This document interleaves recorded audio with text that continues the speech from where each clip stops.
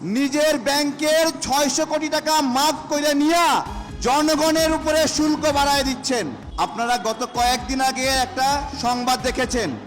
সংবাদটা হলো গ্রামীণ ব্যাংকের 5 বছরের কর অব্যাহতি এবং 600 কোটি টাকা অব্যাহতি। আমার কথা, আপনি আপনার ব্যাংকের কর মাফ করলেন কেন? অন্য কেউ যদি ক্ষমতায় থাকতো এটা কি মাপ পাইতেন?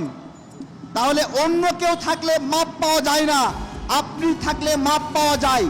এইটাই তো অন্যায়ের একটা মানদণ্ড।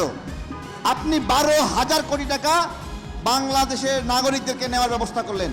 একটু আগে একটা ছাত্র প্রতিনিধিকে এখানে পাঠাইছে, বলছে আমাদের এই প্রোগ্রাম নাকি যৌক্তিক না। যৌক্তিক না, ছাত্র প্রতিনিধিদের আলগা ইনকামের কারণে চর্বি বাড়ছে, ওই জন্য এই শুল্ক বৃদ্ধিকে তারা যৌক্তিক মনে করতেছে না, যৌক্তিক মনে করতেছে না এখন, এবং বোঝানোর চেষ্টা করছে আমরা কি বুঝতেছি না। শুল্ক বৃদ্ধি নাকি প্রয়োজন আছে। আমি জিজ্ঞাসা করলাম কেন প্রয়োজন আছে, উত্তর দিতে পারে না। আমাকে উল্টো বলে যে আপনার আন্দোলন কেন যৌক্তিক বলেন। আমাদের কাছ থেকে কর নেবে, শুল্ক নেবে, আমরা প্রতিবাদ করব, এটার নাকি যৌক্তিকতা প্রমাণ করা লাগবে ওদের কাছে। ওদের কাছে যৌক্তিকতা প্রমাণ করা লাগবে। চিন্তা করতে পারেন ওরা কারা, কই থেকে আসছে? চর্বি বাড়ায় গেছে, জেলায় জেলায় চাঁদাবাজি করছে। সুনামগঞ্জের এসআর সুহেল চাঁদাবাজি করার কারণে লিফলেট বিতরণের নামে চাঁদাবাজি করছে, গ্রেপ্তার হয়েছে। কোন কমিটির বলবো না, কারা চাঁদাবাজি করছে আপনারা জানেন। তাদের বিরুদ্ধে স্লোগান হচ্ছে চাঁদাবাজের ঠিকানা এই বাংলায় হবে না। আমাদের স্পষ্ট কথা, যারা চাঁদাবাজি করছেন তাদের কাছে এই শুল্ক সমস্যা নাও হইতে পারে, কিন্তু বাংলাদেশের জনগণের কাছে এই শুল্ক বড়ই সমস্যার কারণ।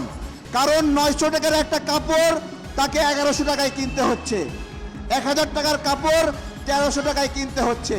তার তো বেতন বাড়ে নাই, তার তো ইনকাম বাড়ে নাই, রিক্সাওয়ালার রিক্সা ভাড়া তো বাড়ে নাই, তাহলে তারা এই অতিরিক্ত খরচ দেবে কই থেকে?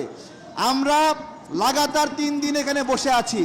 ওরা ভাবছিল যে 2-3 দিন আন্দোলন করবে, পরে এখান থেকে উঠে যাবে।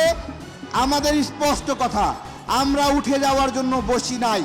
গতকালকে একজন বিশ্লেষক বলছিল এতগুলো মন্ত্রণালয় কেন, এতগুলো দপ্তর কেন, এদেরকে কেন বসে বসে খাওয়াতে হবে? এরা বাংলাদেশের কি সেবা দেয়, নাগরিকদেরকে কি সেবা দেয়? বাংলাদেশ যদি ডিজিটাল হয়, তাহলে ডিজিটাল হইলে লোক কম লাগে না বেশি লাগে? লোক আরো বেশি লাগাচ্ছে। তাহলে কি কথা ছিল?